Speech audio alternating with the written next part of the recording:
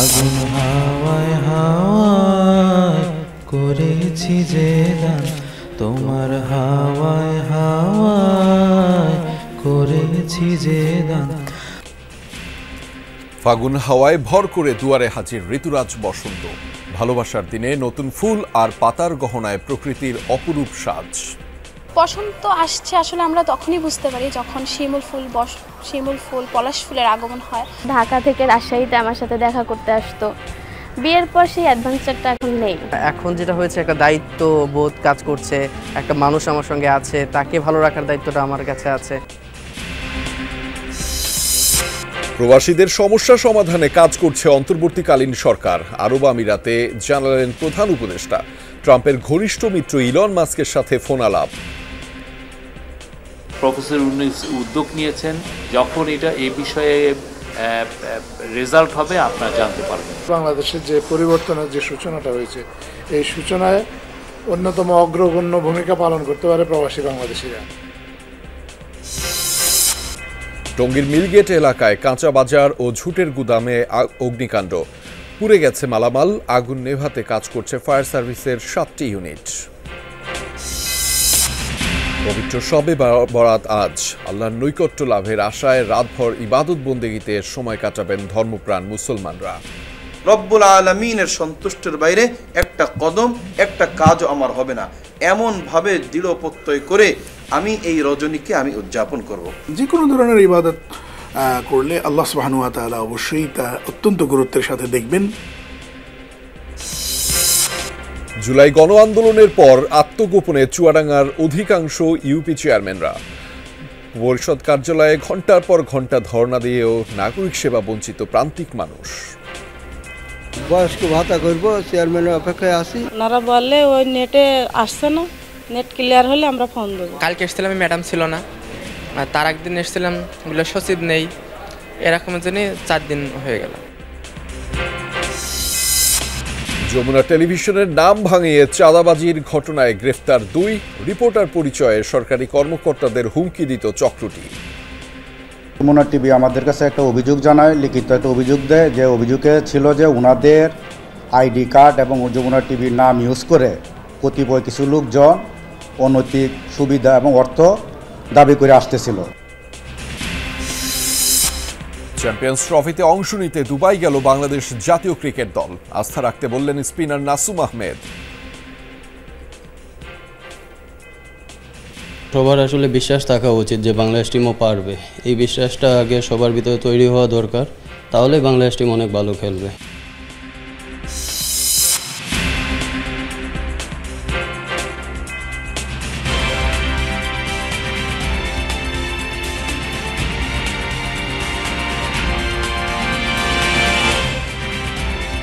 শীতের রুক্ষতা আর কুয়াশার চাদর সরিয়ে প্রকৃতিতে এলো ঋতুরাজ বসন্ত। ভালোবাসার এই দিনেই এলো ফাগুনের দোলা। তাই তো আজ প্রেম বসন্ত মিলেমিশে একাকার। প্রকৃতির রূপ যেমন ঋতুভেদে ভিন্ন, সম্পর্কও ঠিক তেমনই। সময়ের চক্রে সম্পর্কের রঙগুলো কেমন হয় সে গল্পই শোনাবেন সুমাইয়া ঐশী।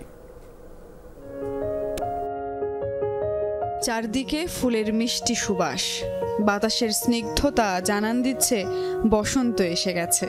পলাশ, শিমুল আর হিমঝুরিদের আপন রূপে জেগে ওঠার সময় হয়েছে এবার। পাতায় পাতায় চলছে তারই প্রস্তুতি। বসন্তে নতুন ফুল আর পাতার গহনায় সাজে প্রকৃতি, লাগে তারুণ্যের ছোঁয়া। সেই সাজ দেখে কবি মনে জেগে ওঠে হরেক ছন্দের কবিতা, গান আর ভালোবাসার পঙ্গক্তি।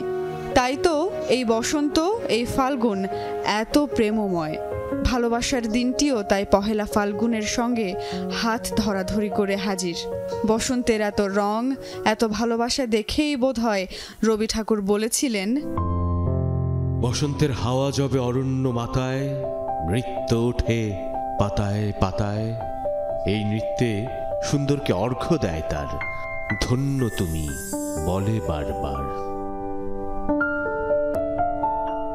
আজকের এই দিন অর্থাৎ ভালোবাসা দিবসেই আমাদের ভালোবাসার শুরু। 4 বছর পূর্ণ হয়েছে। তারপর থেকে তো এই পথ চলা, এবং গত মাসে আসলে বিয়ে হয়েছে, এবং বিয়ের পর আসলে অন্যরকম একটা জীবন। প্রেম এরপর পরিণয়, ধীরে ধীরে ভালোবাসার তীব্র আকর্ষণে কাছে আসা। ঘর বেঁধেছে ওরা, এখন কি বদলেছে সম্পর্কের কোনো হিসেব নিকেশ? আগের সম্পর্ক একরকম ছিল, এখন আসলে অনেকটাই ভিন্ন রকম। কারণ এখন যেটা হয়েছে, একটা দায়িত্ব বোধ কাজ করছে, একটা মানুষ আমার সঙ্গে আছে, তাকে ভালো রাখার দায়িত্বটা আমার কাছে আছে। সেই জিনিসগুলো আসলে ভাবি কিভাবে ভালো রাখা যায়, সেই চিন্তাগুলো আসে। ও সারাদিন অফিস করে ঢাকা থেকে রাজশাহীতে আমার সাথে দেখা করতে আসতো। বিয়ের পর সেই অ্যাডভেঞ্চারটা এখন নেই। অ্যাডভেঞ্চারগুলো হচ্ছে এখন অভ্যাসে পরিণত হচ্ছে। সদ্য পরিণয়ে আবদ্ধ দেব আর দোলা ঘর বাঁধার পর এটি তাদের প্রথম বসন্ত। তবে এমন অনেকগুলো বসন্ত একসঙ্গে পার করলে সম্পর্কের সমীকরণ কি বদলে যায়? সেই গল্পই শুনবো এবার।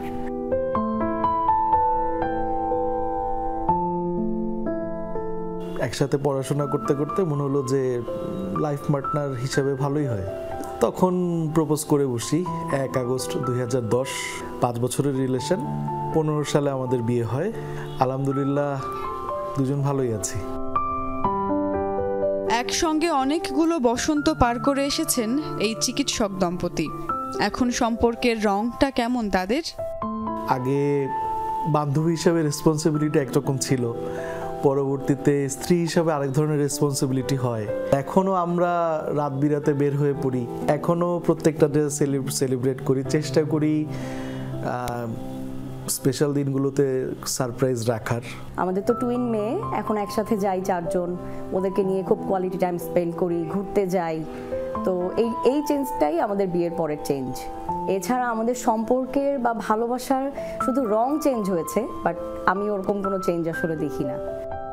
এক এক ঋতুর রং গন্ধ যেমন আলাদা, তেমনি এক একটি ধাপে ভালোবাসার অনুভূতিগুলো ভিন্ন। তবে সব কিছুকে ছাপিয়ে ভালোবাসায় বসন্তের দোলা থাক চিরটাকাল। সুমাইয়া ঐশী, যমুনা নিউজ, ঢাকা। দর্শক, বসন্ত বরণের খবরাখবর আমরা জানবো আমাদের সহকর্মীদের কাছ থেকে। প্রথমেই যুক্ত রয়েছেন ঢাকা বিশ্ববিদ্যালয়ের চারুকলার বকুলতলা থেকে আমাদের সহকর্মী সুমাইয়া ঐশী। তার মাধ্যমে জানাবো সেখানকার সবশেষ পরিস্থিতি। সুমাইয়া ঐশী, বসন্ত উৎসবের এখন কি মূলত আয়োজন চলছে এবং সেখানে কেমন ধরনের মানুষ সামিল হয়েছেন? নানা বয়সী, নানা শ্রেণী পেশার মানুষ সেখানে আসলে সামিল হওয়ার কথা, কি দেখছেন সেখানে?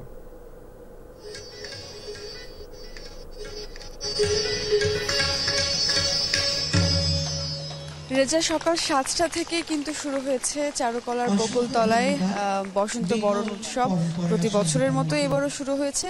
এবারেও কিন্তু ফাল্গুন এবং ভালোবাসা দিবস একই দিনে, ফলে 7 সকালবেলায় কিন্তু বাসন্তী রঙে সেজে বহু মানুষ উপস্থিত হয়ে গিয়েছেন বকুলতলায়। একটু আগে আমরা শুনছিলাম সেতারের সুন্দর টুংটাং ধ্বনি এবং তারই মাধ্যমে একটি মোহাচ্ছন্ন পরিবেশ তৈরি হয়ে গিয়েছিল। এবং এখন নাচ প্রদর্শনী চলবে, নৃত্য প্রদর্শনী চলবে, তারই প্রস্তুতি চলছে মঞ্চে আমরা দেখতে পাচ্ছি। এবং চারদিকে দর্শক বা যারা উপস্থিত হয়েছেন তাদের দিকে তাকালে কিন্তু বোঝা যায় যে কতটা উচ্ছ্বসিত প্রত্যেকে। এবারে কিন্তু যেহেতু 2টি বিশেষ দিন একসঙ্গে পড়েছে, ভালোবাসা দিবস, ফাল্গুন, যেমনটি প্রথমে বলছিলাম, সেজন্য আসলে প্রত্যেকে, শিশু সহ বিভিন্ন বয়সের মানুষ উপস্থিত হয়ে গিয়েছেন। এবং সকাল থেকে বিভিন্ন রকম আনুষ্ঠানিকতা চলছে বকুলতলায় এবং প্রত্যেকে আমি দেখছি সকাল থেকে এরই মধ্যে কিন্তু পুরো চারুকলার যে প্রাঙ্গণ সেটি ভরপুর হয়ে গিয়েছে। বিভিন্ন রকমের ফুলে সজ্জিত হয়ে এসেছেন প্রত্যেকে। এবং যেরকমটাই আমি প্রথমে দেখলাম আসার সময়, সেটি হচ্ছে বেশ কিছু ছোট ছোট দোকান কিন্তু এই চারুকলার বকুলতলাকে ঘিরে তৈরি হয়েছে, যেখানে বিভিন্ন রকম ফুল এবং বিভিন্ন রকম প্রসাধনী গহনা সেখানে বিকিকিনি চলছে। সেখান থেকে সকলে বিকিকিনি করছেন এবং বসন্তকে উদযাপন করছেন। ছিলাম আপনার মাধ্যমে সেই খবরাখবর। আমাদের সাথে এবার যুক্ত রয়েছেন যশোর থেকে আমাদের সহকর্মী জাহিদ হাসান। তার মাধ্যমে জানাবো সেখানকার সবশেষ পরিস্থিতিগুলো। জাহিদ, কি দেখছেন মূলত সেখানকার আয়োজনে এবং ফুল বেচা কেনার খবরাখবরও আপনার মাধ্যমে জানতে চাই। নিশ্চয়ই ব্যবসায়ীদের সাথেও আপনার কথা হয়েছে, সেটিও জানাবেন আমাদের।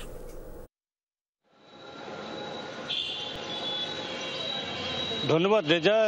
বসন্ত বরং ভালোবাসা দিবস কেন্দ্র করে যশোরের যে ফুলের নাম আসলে যশোরের নাম আসে বেচা কেনা শুরু হয়ে গেছে। গত বছরের চেয়ে এবার ফুলের দাম কম। বিশ্ব ভালোবাসা দিবস এবং বসন্ত উপলক্ষে যে গত 2 দিন ধরে যশোরের যে গদখালিতে ফুলের রাজধানী বলা হয়, সেখানে গত 2 দিন ধরে ফুলের বেচা কেনা জমজমাট হয়েছে। এখানে ফুলের বেচা কিনা এবার 20 থেকে 50 টাকা পর্যন্ত গোলাপের দাম বেড়েছে, দাম রয়েছে। আমরা একজন ফুল ব্যবসায়ীর সাথে কথা বলবো যে ফুলের বেচা কিনা কেমন এবার? আল্লাহর রহমতে ভালোই, খারাপ না। আপনার গোলাপ হলো 20 টাকা পিস, আর ওই থাই গোলাপগুলো 50 টাকা, রজনী 10 টাকা, গ্যালোডিয়াস আপনার 30 টাকা আছে, 20 টাকা আছে। রেজা, যে বসন্ত বরণ উপলক্ষে এক ধরনের অনুষ্ঠান শুরু হয়ে গেছে। যে গতকাল যশোর কয়েকটি সাংস্কৃতিক সংগঠন বসন্ত বরণে অনুষ্ঠান করেছে। যেহেতু আজকে শবে বরাত, সে উপলক্ষে আজ কোনো সাংস্কৃতিক সংগঠন কোনো প্রোগ্রাম রাখেনি। আগামীকাল কয়েকটি সাংস্কৃতিক সংগঠনগুলো বসন্ত বরণের অনুষ্ঠান করবে। আমরা ফুল ব্যবসায়ীর সাথে কথা বলেছি। গত বছরের চেয়ে এবার একটু ফুলের দাম কম, তারা তেমন দাম পাচ্ছে না, বেচা কিনা শুরু হয়ে গেছে। যত বেলা যাবে ফুলের বেচা কিনা ভালো হবে বলে ব্যবসায়ীরা জানিয়েছেন। রেজা, এই ছিল যশোর থেকে। সেই খবরের বিস্তারিত আপনার মাধ্যমে জানছিলাম। ধন্যবাদ জাহিদ আমাদের সাথে যুক্ত হওয়ার জন্য। শীতের জীর্ণতাকে ছেড়ে ফেলে বসন্তের রঙে রাঙিয়ে উঠতে শুরু করেছে প্রকৃতি। ঋতুচক্রের আবর্তনে মোহনীয় সৌন্দর্য নিয়ে প্রকৃতিতে হাজির শিমুল, পলাশ। আঙুন রাঙা ফুলগুলো বসন্তকে দেয় অনন্য এক মাত্রা। প্রকৃতির এই অপরূপ রঙের সাজ দেখে জুড়িয়ে যায় চোখ। ফাগুন হাওয়ায় হাওয়ায় করেছি যে দান, তোমার হাওয়ায় হাওয়ায় করেছি যে দান। আমার আপন হারা প্রাণ, আমার বাঁধন ছেঁড়া প্রাণ, ফাগুন হাওয়ায় হাওয়ায় করেছি যে দান। পাতা ঝরার স্মৃতি কাটিয়ে প্রকৃতিতে রক্তিম আভা, বিবর্ণ প্রান্তরে জেগে উঠতে শুরু করেছে নতুন প্রাণ। ফাগুনের হাওয়ায় ভর করে দুয়ারে হাজির ঋতুরাজ বসন্ত। পলাশ শিমুলের আবিরে মনে লেগেছে দোলা। বসন্ত আসছে আসলে আমরা তখনই বুঝতে পারি যখন শিমুল ফুল পলাশ ফুলের আগমন হয়। ফাগুন আসে কিভাবে এটা বোঝা যায়, কারণ শীতের রিক্ততা যখন কাটিয়ে ওঠা যায় তখন একটু গরম আভাস আসে, পলাশ ফুলের সুবাস আসে। আগুন লাগা ফাগুনে মনকে উদাস করে কোকিলের কুহুডাক। জীর্ণতা কাটিয়ে সেই নতুন আহ্বানে গা ভাসায় প্রকৃতি প্রেমীরা।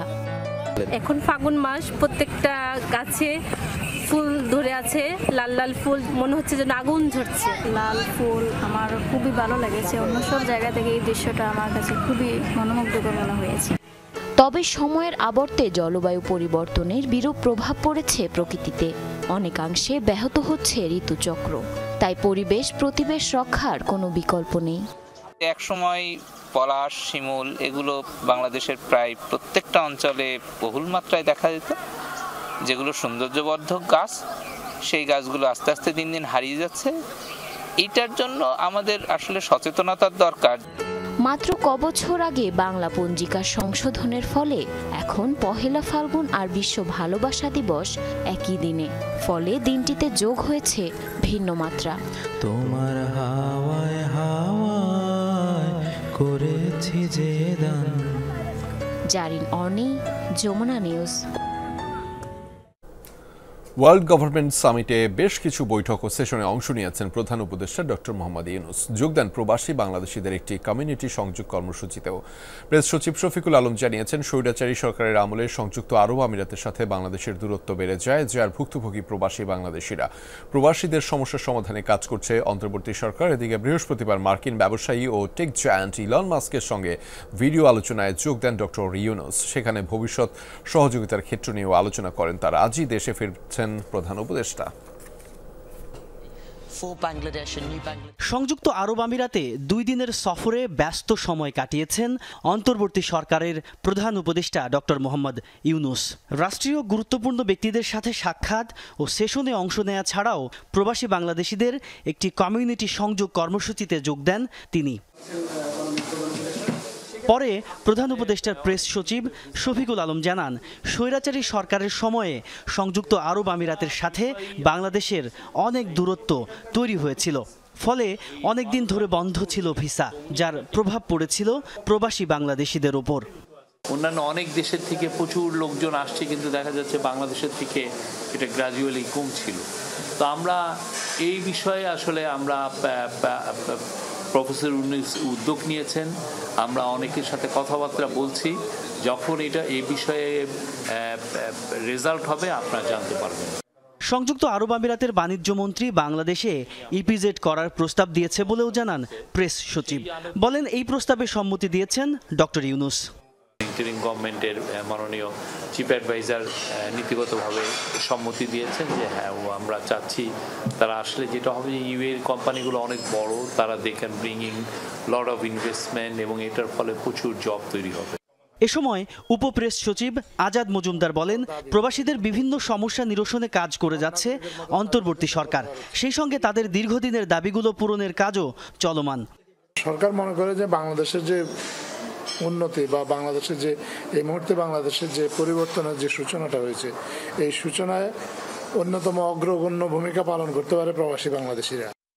এছাড়া প্রধান উপদেষ্টা যুক্তরাষ্ট্রের শীর্ষ ব্যবসায়ী ও প্রেসিডেন্ট ডোনাল্ড ট্রাম্পের ঘনিষ্ঠ মিত্র ইলন মাস্কের সঙ্গে এক বিস্তৃত ভিডিও আলোচনা করেছেন। এই বৈঠকের মূল উদ্দেশ্য ছিল ভবিষ্যৎ সহযোগিতা অন্বেষণ করা এবং বাংলাদেশে স্টারলিংক স্যাটেলাইট ইন্টারনেট পরিষেবা চালুর অগ্রগতি ত্বরান্বিত করা। বৃহস্পতিবার বাংলাদেশ সময় রাত 9টার দিকে এই আলোচনা অনুষ্ঠিত হয়। তাজনুর ইসলাম, যমুনা নিউজ। গাজীপুরের টঙ্গী মিলগেট এলাকায় আগুনে পুড়েছে কাঁচা বাজার ও ঝুটের গোডাউন। স্থানীয়রা জানিয়েছেন, ভোরের দিকে সুন্দর আলী রোড এলাকায় কাঁচা বাজারে আগুন লাগে, মুহূর্তেই তা ছড়িয়ে পড়ে আশপাশের স্থাপনায়।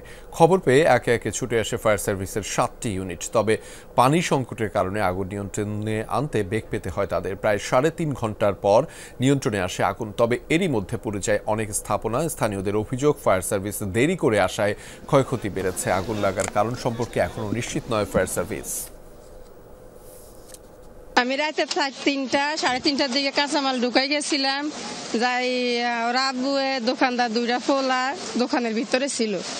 তো আমি ওই 5 তলা দেখতে আসি, কলে আইসি, দেখি আগুন অনেক দেরিতে আইছে, তারপর কেমিক্যাল গুলো ব্লাস্ট হয়েছে, আগুনটা বড় হয়েছে, আগুনটা অনেক বড় হয়েছে তাদের জন্য।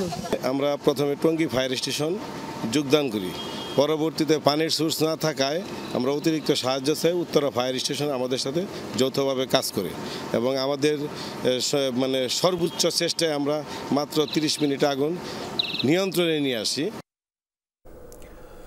দর্শক, টঙ্গীর মিলগেটের অগ্নিকাণ্ডের খবরাখবর জানাতে আমাদের সাথে যুক্ত রয়েছেন সহকর্মী পলাশ প্রধান। তার মাধ্যমে জানাবো সেখানকার সবশেষ তথ্যগুলো। পলাশ, আগুন কি অবস্থায় রয়েছে, পুরোপুরি নিভেছে কিনা, আর আগুন লাগার কারণ সম্পর্কে এখন পর্যন্ত কোনো ধরনের তথ্য পেয়েছেন কিনা, কি বলছেন মূলত স্থানীয় এবং ফায়ার সার্ভিসের কর্মীরা?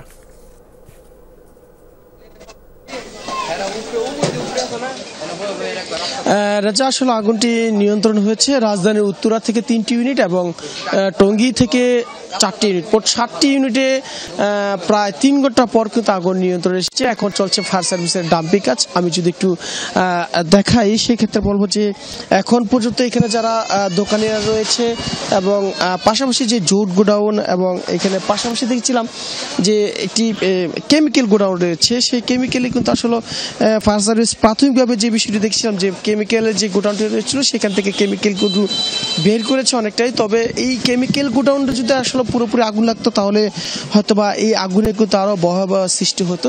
এখানে কিন্তু কাঁচা বাজার যে অংশটি রয়েছে সেটি কিন্তু আসলে পুরে ছাই হয়েছে। প্রায় 26টির মতন এখানে দোকান ছিল। দোকানিরা কিন্তু বলছিল যে যেহেতু এই দ্বিতীয় পর্বের ছাদ অনুসারে যে ইস্তেমা রয়েছে, ইস্তেমার পাশেই কিন্তু এই মার্কেটটি আসলে বেচাকেনির জন্য এখানে যারা দোকানিরা ছিল তারা কিন্তু বিপুল পরিমাণে তারা অর্থ ব্যয় করে এখানে আসলে তাদের মালামালগুলো আসলে উঠাইছিল। এই বিষয়টি কিন্তু আসলে কিছুক্ষণ আগে আমরা তাদের সাথে কথা বলছিলাম। আসলে তারা এক প্রকারে বলা চলে যে তারা নিঃস্ব হয়েছে। তারা বলছিল যে পথে নেমে গেছে এই দুর্ঘটনার পর।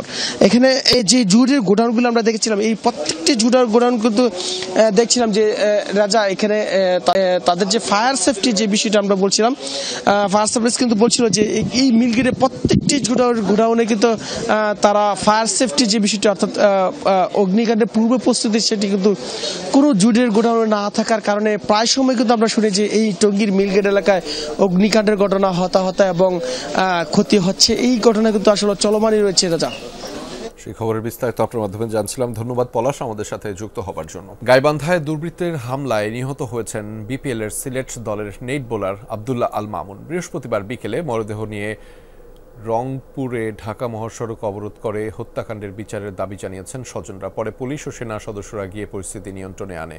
স্বজনদের অভিযোগ, বেশ কিছুদিন ধরেই খেলা নিয়ে ব্যস্ত ছিলেন মামুন। 12 ফেব্রুয়ারি তিনি সিলেট থেকে বাড়িতে আসেন। বৃহস্পতিবার বিকেলে জামদানির ঘাট এলাকায় মামুনের উপর হামলা চালায় সশস্ত্র দুর্বৃত্তরা। পরে তাকে হাসপাতালে নিয়ে গেলে চিকিৎসক মামুনকে মৃত ঘোষণা করেন। নিহতের স্বজনরা আরও জানান, বেশ কয়েক বছর ধরে মামুন কোনো রাজনীতির সাথে সক্রিয়ভাবে জড়িত ছিল না। তবে স্থানীয় প্রতিপক্ষের অভিযোগ, মামুন একসময় ছাত্রলীগের সাথে জড়িত ছিলেন।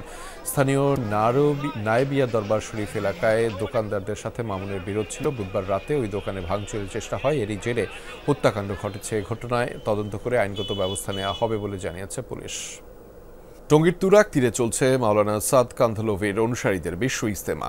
16 ফেব্রুয়ারি আখিরি মোনাজাতের মধ্য দিয়ে শেষ হবে এই পর্ব। সহকর্মী তানভীর সিদ্দিক টিপু রয়েছেন সেখানে, সরাসরি যুক্ত রয়েছেন তিনি। তার মাধ্যমে জানাবো সেখানকার সবশেষ পরিস্থিতিগুলো। টিপু, একটু জানতে চাই, ইজতেমায় এখন কি ধরনের আনুষ্ঠানিকতা চলছে এবং সেখানে মুসল্লিদের সাথে নিশ্চয়ই কথা হয়েছে, তারা আসলে মূলত কি বলছে?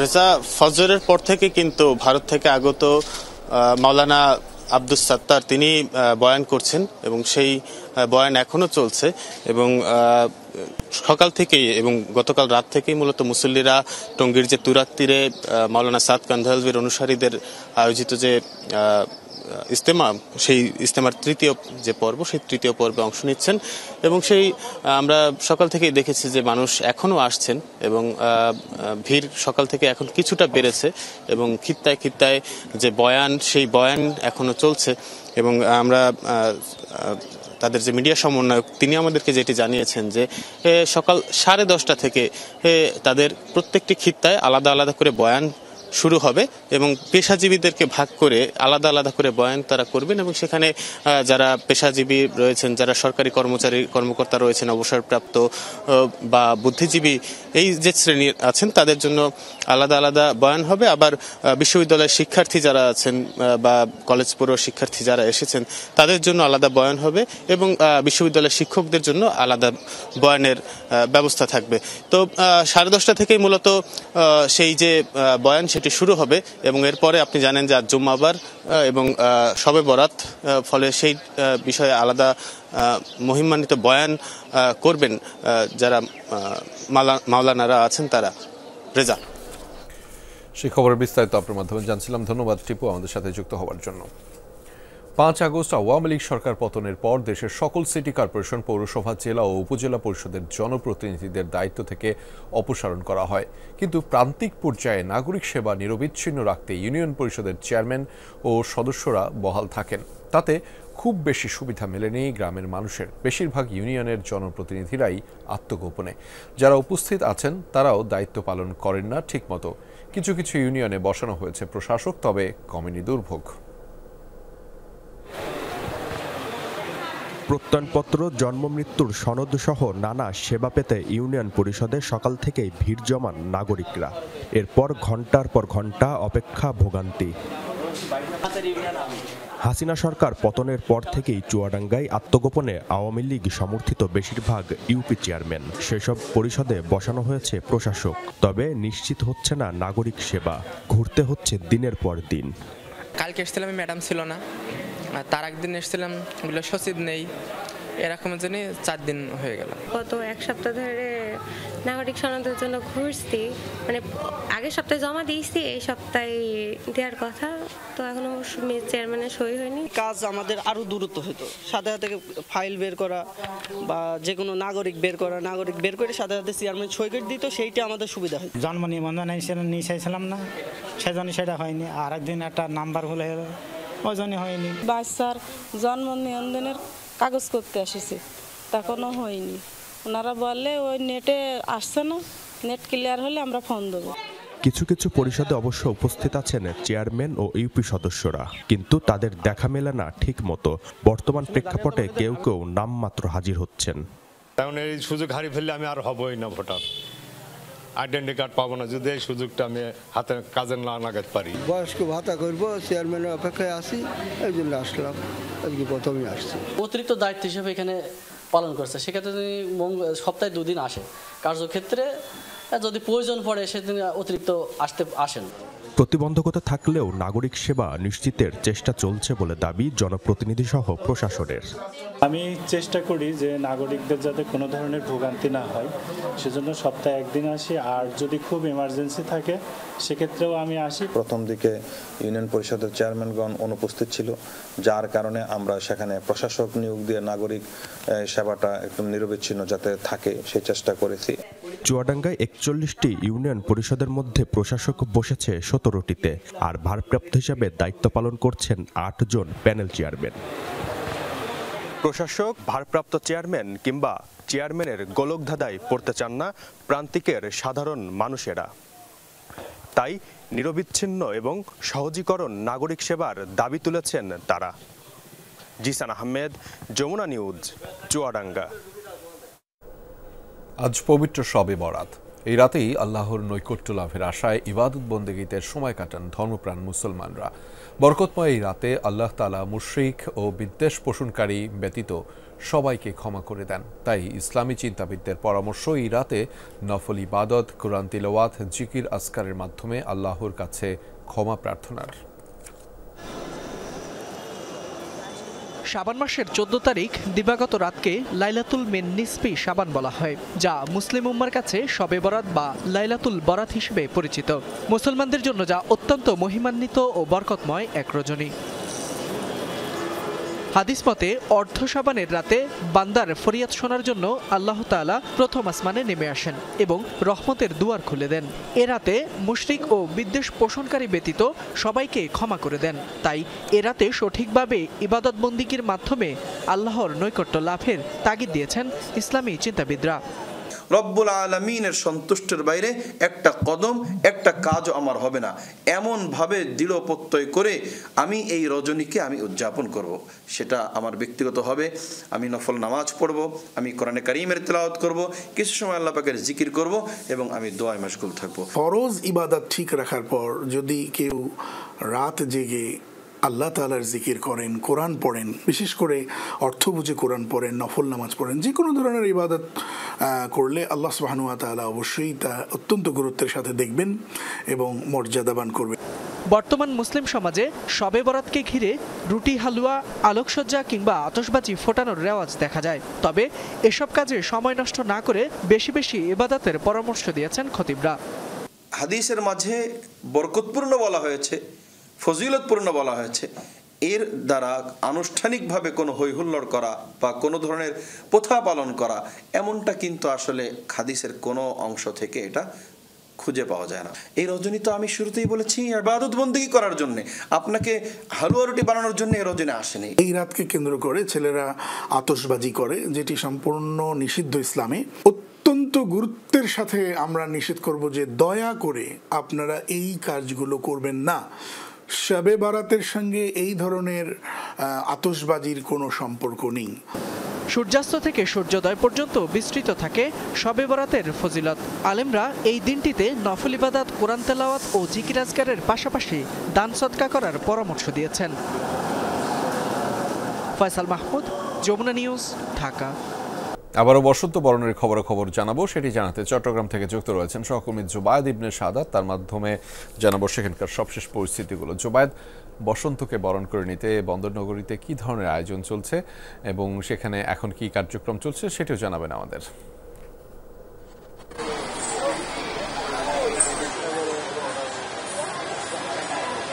রেজা, আপনার মাধ্যমে সবাইকে বসন্তের শুভেচ্ছা জানাতে চাই। এই মুহূর্তে আমি আছি চট্টগ্রামের পাহাড়তলী এলাকায় রেলওয়ে জাদুঘরের ঠিক বিপরীতে, এবং সে জায়গায় বসন্ত উৎসব পালন করছে কিন্তু বোধন, এবং সকাল থেকেই তারা তাদের যে আনুষ্ঠানিকতা সেটা শুরু করেছে। তবে এখন পর্যন্ত অনুষ্ঠানের কার্যক্রম শুরু হয়নি। একটু পরেই গানের মাধ্যমে তাদের এই বসন্ত বরণ উৎসবটা তারা শুরু করবেন। তারপর নাচ, আবৃত্তি, ছড়াসহ বেশ কিছু অ্যাক্টিভিটিস থাকবে এবং সেগুলোর মাধ্যমে তারা বসন্তকে কিন্তু বরণ করে নেবেন। ইতিমধ্যে দেখতে পাচ্ছেন নিশ্চয়ই মানে হলুদ এবং গেরুয়া রঙের কাপড় পরে সবাই কিন্তু বসন্ত বরণে নিজেকে মাতাতে একে একে আসছেন এবং সকাল একেবারে 8টা থেকেই তারা এই জায়গায় জড়ো হচ্ছেন। 9টার দিকে তাদের কার্যক্রম শুরু হওয়ার কথা আছে এবং প্রশাসন থেকেও এই বিষয়টাতে বলা হয়েছে যাতে 12টার মধ্যে বসন্তর যে তাদের কার্যক্রম সেগুলো শেষ করে দেওয়া হয়। চট্টগ্রামে একটি স্থানে আজকে বসন্ত বরণ চলছে আর তরুণ তরুণী সবাই কিন্তু বেশ ফুর্তি আমেজের আছেন এবং আজকে যেহেতু ভালোবাসা দিবস একই সাথে সেই ক্ষেত্রে তাদের মধ্যে একটা ভিন্ন মাত্রা যোগ করেছে এই বসন্তকে। তো সব মিলে বলা যায় যে বসন্ত উৎসব এইবার চট্টগ্রামে সীমিত পরিসরে হলেও সেটার আমেজ কিন্তু এখনো ক্ষীণ হয়নি, শুরু হবে মাত্র এবং তারপর সেটা 12টা থেকে 12:30 1টা পর্যন্ত চলবে এবং সেই জায়গা থেকে তরুণ তরুণী বৃদ্ধ বনিতা সবাই কিন্তু এই জায়গায় এসছেন নিজেকে বসন্ত রঙে মাতাতে এবং তারা এই সময়টাকে এই স্মৃতিটাকে ধারণ করতে কেউ ছবি তুলছেন ফ্রেমে বন্দি করার জন্য, কেউ নিজের পরিবার পরিজন নিয়ে এসছেন ঘুরতে দেখার জন্য বসন্ত বরণ উৎসবটা। তো সবকিছু যদি একসাথে বলতে চাই চট্টগ্রামের বসন্ত বরণটা একেবারে এই যে জায়গাটায় আছে এখান থেকে একেবারে মেতে উঠবে কিছুক্ষণ পর, এটাই আপনাকে বলতে পারি। রেজা, নিশ্চয়ই আমরা পরবর্তী সংবাদে সেই সংবাদ সেগুলোর আপডেট বা সবশেষ তথ্যগুলো আপনার মাধ্যমে জানবো। ধন্যবাদ জুবায়েদ ইবনে শাহাদাত আমাদের সাথে যুক্ত হবার জন্য। দিনাজপুরে অল্পের জন্য এড়ানো গেছে রেল দুর্ঘটনা। এক লাইনে ঢুকে পড়েছিল যাত্রীবাহী দুটি ট্রেন। বৃহস্পতিবার বিকেলে পার্বতীপুরে এই ঘটনা ঘটে। প্রত্যক্ষদর্শীরা জানিয়েছে স্টেশনের 6 নম্বর লাইনে আগে থেকেই অবস্থান করছিল রামসাগর ট্রেন। এ সময় সান্তাহার থেকে ছেড়ে আসা দোলনচাপা এক্সপ্রেস একই লাইনে প্রবেশ করে। ট্রেনটির চালকের দক্ষতায় এড়ানো যায় দুর্ঘটনা। ট্রেনের পরিচালক বজলুল করিম জানিয়েছেন সুইচ কেবিনের নির্দেশে ট্রেনটি ওই লাইনে প্রবেশ করে। অন্যদিকে সিগন্যাল মাস্টার নূর কুতুব এ বিষয়ে কোনো মন্তব্য করতে রাজি হননি।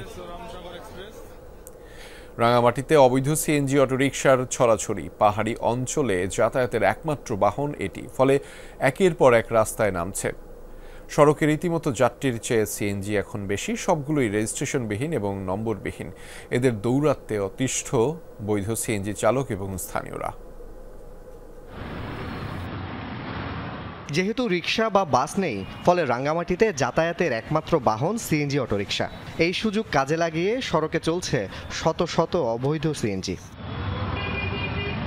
নেই অনুমোদন, বেশিরভাগ চালক অদক্ষ, ফলে প্রায় ঘটে দুর্ঘটনা। বিশেষ করে বনরূপায় লেগে থাকে যানজট। তার উপর অবৈধ সিএনজির দাপটে রীতিমতো বেকায়দায় বৈধগুলো। রাঙ্গামাটিতে যে ধরনের অবৈধ গাড়িগুলি আছে এগুলি অতি তাড়াতাড়ি বন্ধ করার দরকার। যে হিসাবে দৈনিক গাড়ি আসতেছে, গাড়ির কোনো এরা ট্রাফিক বিভাগের কোনো আইন কোনো কার্যক্রম নাই। এতগুলো প্রশাসন থাকতে এই অবৈধ গাড়িগুলোর জন্য কোনো বিয়ের ব্যবস্থা নিচ্ছে না। প্রায় 100 গাড়ি চলে আসছে এই মাস 2 মাস 3 মাসের মধ্যে। আমরা চাই না এই গাড়িগুলির নাম্বার হোক, শহর থেকে অবৈধ গাড়ি বন্ধ করে দেওয়া হোক। এটা আমরা জোর দাবি জানাচ্ছি প্রশাসনের কাছে। ছোট শহরে এখন যাত্রীর চেয়ে সিএনজি বেশি, উপার্জন কমেছে চালকদের। অন্যদিকে যাতায়াতে বাস সার্ভিস চালুর দাবি স্থানীয়দের। রাঙ্গামাটি শহরে যদি কিছু টাউন সার্ভিস বা সিটি বাস চালু করা যায় তাহলে সিএনজির উপরে চাপ কমবে, নাগরিকরা সুন্দরভাবে যাতায়াত করতে পারবে। অস্বাভাবিকভাবে সংখ্যাটা বেড়ে গেছে সিএনজি অটোরিকশার। প্রতিদিনই রাঙ্গামাটি শহরে যানজট লেগে থাকে। টাউন সার্ভিস যদি চালু করা যায় তাহলে সেক্ষেত্রে যাত্রীদের জন্য আরও বেশি ভালো হবে। 2023 সাল পর্যন্ত বিআরটিএ 1416টি সিএনজি রেজিস্ট্রেশন দিলেও চলছে আরও অন্তত 700-800 বেশি। বিভিন্ন রেজিস্ট্রেশনবিহীন গাড়ি প্রতিদিন আসতেছে। তো আমাদের এটার বিরুদ্ধেও আমাদের প্রতিনিয়ত আমাদের জেলা প্রশাসক মহোদয়ের যেই ভ্রাম্যমাণ আদালতের টিম আছে, প্রতিনিয়ত আমরা এটার বিরুদ্ধে ব্যবস্থা নিচ্ছি। রাঙ্গামাটি শহরে যে সকল অবৈধ সিএনজি রয়েছে সেগুলোর বিরুদ্ধে আমরা কাজ করে যাচ্ছি। যে সকল সিএনজির কোনো রেজিস্ট্রেশন থাকবে না তাদের বিরুদ্ধে আমরা ট্রাফিক আইন অনুযায়ী প্রয়োজনীয় ব্যবস্থা গ্রহণ করব। জুবায়েদ ইবনে শাহাদাত, যমুনা নিউজ। লক্ষ্মীপুরে চলতি মৌসুমের সেচ সংকটে ব্যাহত হচ্ছে বোরো ধানের আবাদ। সেচ প্রকল্পের অব্যবস্থাপনা ও খালগুলোতে পানি না থাকায় চারা রোপণ করতে পারছে না কৃষক। অনাবাদি রয়েছে অনেক জমি। ব্যক্তি উদ্যোগে কেউ কেউ সেচের ব্যবস্থা করলেও সার, কীটনাশক সহ উৎপাদন ব্যয় বাড়ায় ফলন নিয়েও আছে হতাশা। তবে বোরো আবাদে সেচ সংকট নিরসনে কাজ চলছে বলে জানিয়েছে সংশ্লিষ্ট দপ্তর। উপকূলীয় জেলা লক্ষ্মীপুর। আবহাওয়া ও মাটি উপযোগী হওয়ায় উৎপাদন হয় নানা জাতের কৃষি পণ্য। তবে এবছর জেলার প্রধান খালগুলোতে পানি না থাকায় যথাসময়ে চালু হয়নি সেচ প্রকল্প। এছাড়া সময়মতো গভীর নলকূপগুলো চালু না হওয়ায় দেখা দিয়েছে পানি সংকট। এতে ব্যাহত হচ্ছে বোরো আবাদ, শঙ্কায় স্থানীয় কৃষকরা। 2000-3000 টাকা করে 1 ঘন্টা জমিনে খরচ হয়, তাহলে যদি 1 ঘন্টা জমিনে 3000 টাকা খরচ হয়, পানিলে ফসল উড়াইতে পারি না, আপনার ঠিক মতো ধান হইতেছে না। পানির সমস্যার কারণে যে 1 মাস আগে ধান লাগানোর কথা ছিল, এখন ওই ধান লাগানো যাইতেছে না। নিচের থেকে পানি উড়াই করি, আমার মনে হয় তেমন উন্নতি নাই। বর্তমানে খালে পানি নাই, অপরদিকে যে প্রজেক্টগুলো ছিল প্রজেক্টগুলো অকেজো হয়ে গেছে, যার কারণে এখন অর্ধেকের বেশি জমি অনাবাদি পড়ে আছে। পল্লী উন্নয়ন বোর্ডের অকেজো নলকূপগুলো সচল করতে উদ্যোগ নেওয়া হলেও দীর্ঘ প্রক্রিয়ার কারণে তা চলতি মৌসুমে সচল করা সম্ভব নয় বলে জানান সংশ্লিষ্ট কর্মকর্তা। কেন্দ্রীয় সমবায় সমিতি এবং আমাদের আরডিও চেষ্টা করেছে যে এটাকে সচল করার উদ্যোগ নিয়েছে, কিন্তু এই মুহূর্তে বর্তমান শেষ এই যে মৌসুম চলছে, এই মৌসুমে এটা এখন আর সচল করে এখানে চাষ উপযোগী করা এটা সম্ভব না। সংশ্লিষ্ট দপ্তর বলছে পার্শ্ববর্তী জেলা চাঁদপুরের ইরিগ্রেশন প্রজেক্ট থেকে পানি না আসায় এই সংকট। বিষয়টি নিয়ে পানি উন্নয়ন বোর্ডের সাথে সমন্বয় করা হচ্ছে। দ্রুত সংকট নিরসনের আশ্বাস জেলা কৃষি সম্প্রসারণ অধিদপ্তরের কর্মকর্তার। কথা বলেছি চাঁদপুর এক্সিন মহোদয়ের সঙ্গে এবং আমাদের পানি বোর্ড এক্সিনের সঙ্গে কথা বলেছি। তারা চেষ্টা করেছে, কিন্তু মাঝখানে ওদের তাদের যে অন্যান্য উপজেলা, বিশেষ করে আমাদের ওই হাজিগঞ্জের পাশাপাশি ওদিকে ফরিদগঞ্জ উপজেলাগুলোতে অন্য ফসল থাকে, তখন আলু থাকে বা মাছের ঘের থাকে, তারা বলছে চাইলেও আসলে পানি দিলে তারা আবার কমপ্লেন দেয়।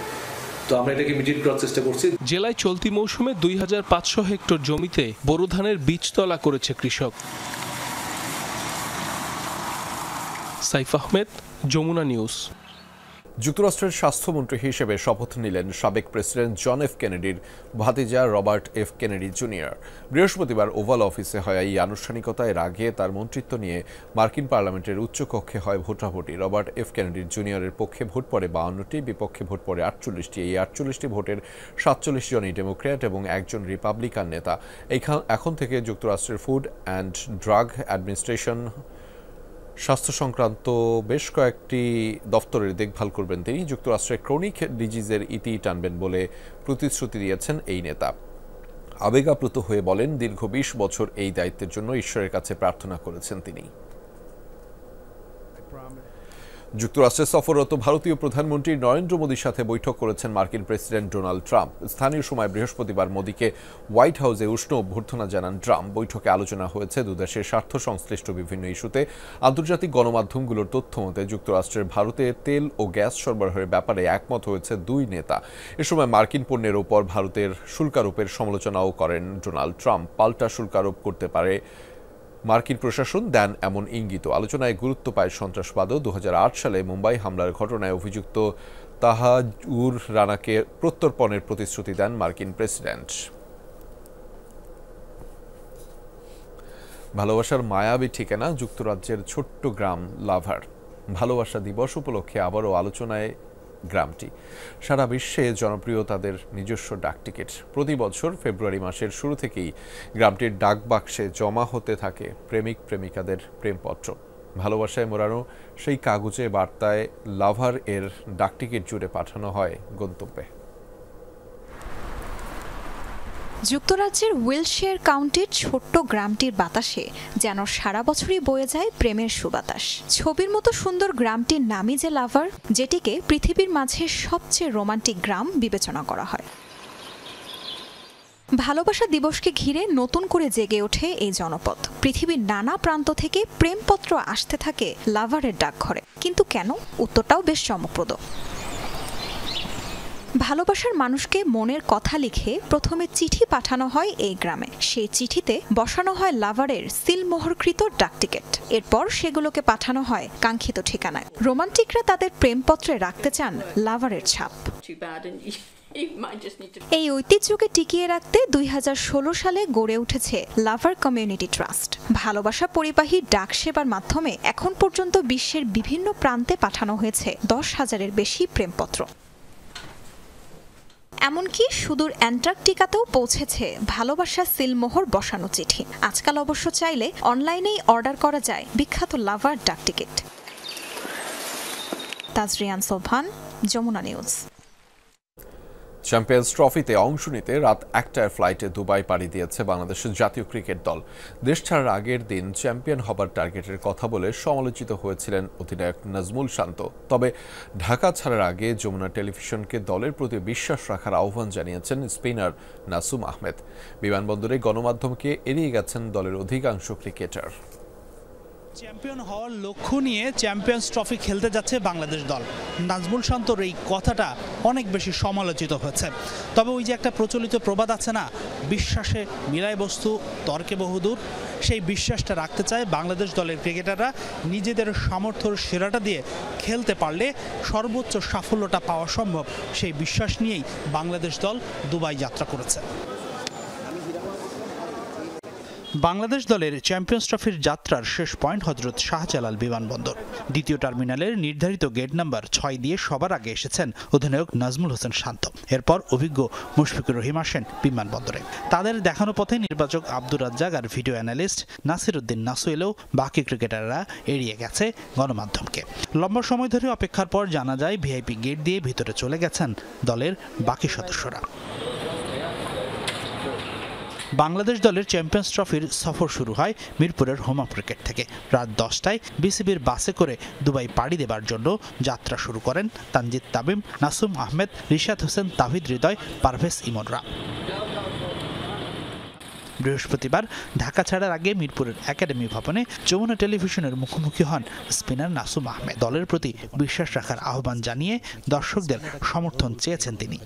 আমি একটা কথাই বলবো, সবার আসলে বিশ্বাস থাকা উচিত যে বাংলাদেশ টিমও পারবে। এই বিশ্বাসটা আগে সবার ভিতরে তৈরি হওয়া দরকার, তাহলে বাংলাদেশ টিম অনেক ভালো খেলবে। আগে বিশ্বাসটা, আগে জেতার জন্যই ক্রিকেট খেলবো ইনশাআল্লাহ। তো বাকিটা মাঠেই দেখা যাবে। আলহামদুলিল্লাহ প্রস্তুতিটা আলহামদুলিল্লাহ খুবই ভালো হয়েছে এবং সামনে আরও ভালো হবে। গ্রুপ পর্বের ম্যাচের আগে আরও ভালো হবে, যেহেতু আমাদের কাছে আরও 5-7 দিন সময় আছে। সাকিব আল হাসানের অবর্তমানে নাসুম আহমেদ টাইগার স্কোয়াডের একমাত্র বাঁহাতি স্পিনার। মেহেদী মিরাজের পাশাপাশি দলে আছেন লেগ স্পিনার রিশাদ হোসেনও। তাই তো মূল একাদশে নাসুমের জায়গাটা শতভাগ নিশ্চিত নয়, এই বাস্তবতা জানা আছে সিলেটের এই ক্রিকেটারেরও। সুযোগ পেলে তাই দিতে চান সামর্থ্যের সেরাটা। বোলিংয়ের পাশাপাশি ব্যাট হাতে অবদান রাখতে করছেন বাড়তি কাজ। আমাদের দেখেন এখন কম্পিটিশন বেশি, আমাদের এখন প্লেয়ার আলহামদুলিল্লাহ অনেক প্লেয়ারই আছে, আমাদের কম্পিটিশন বেশি। আর সবচাইতে বড় কথা, সবাই সবার কাজটা বোঝে। যেমন একটু আগে আপনি বললেন যে আমার ব্যাটিং নিয়ে বললেন, যেমন আমি আমার যখন এখন এক্সট্রা টাইম থাকে, আমি ওই এক্সট্রা টাইমটাও আমার অন্য কোনো একটা কাজে লাগাই। তো এরকম এখন সবাই সবার নিজের রোলটা বোঝে আর কি। 21 ফেব্রুয়ারি শুরু হচ্ছে চ্যাম্পিয়ন্স ট্রফির মহারণ। পরের দিন দুবাইতে ভারতের বিপক্ষে ম্যাচ দিয়ে মাঠে নামছে বাংলাদেশ। এরপর 24 ও 27 ফেব্রুয়ারি গ্রুপ পর্বের শেষ 2 ম্যাচে শান্তদের প্রতিপক্ষ নিউজিল্যান্ড ও পাকিস্তান। তবে চ্যাম্পিয়ন্স ট্রফি শুরুর আগে দুবাইতে পাকিস্তান এ দলের বিপক্ষে একটি প্রস্তুতি ম্যাচ খেলার সুযোগ পাচ্ছে বাংলাদেশ দল। হাসিনুর রহমান, যমুনা স্পোর্টস, ঢাকা। দর্শক, এই ছিল যমুনা নিউজে এতক্ষণ সাথে থাকার জন্য আপনাদের সবাইকে ধন্যবাদ।